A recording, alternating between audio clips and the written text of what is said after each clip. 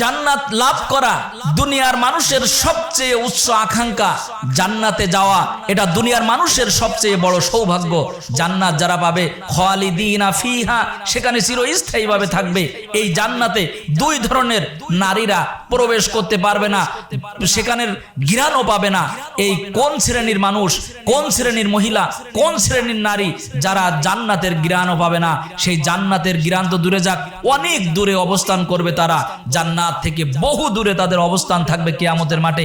আমরা আজকে জানবো সেই দুই ধরনের মহিলা কারা, যারা জান্নাতের ঘ্রাণও পাবে না। দুই ধরনের মহিলা হলো যারা বুরকা পরে ঠিকই, কিন্তু তারা তাদের মাথার চুল উঁচু করে বাঁধে। যারা বুরকা পরে, এই বুরকার ভিতরে মাথার চুল উঁচু করে পরে, এই মহিলা জান্নাতের ঘ্রাণও পাবে না।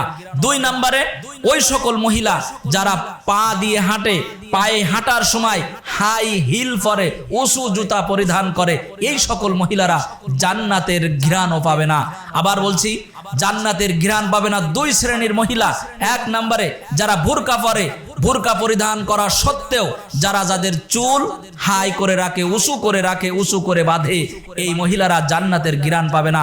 দুই নম্বরে ওই সকল মহিলা যারা পায়ে হাঁটার সময় হাই হিল পরিধান করে, উঁচু জুতা পরিধান করে, এই মহিলারা জান্নাতের ঘ্রাণও পাবে না।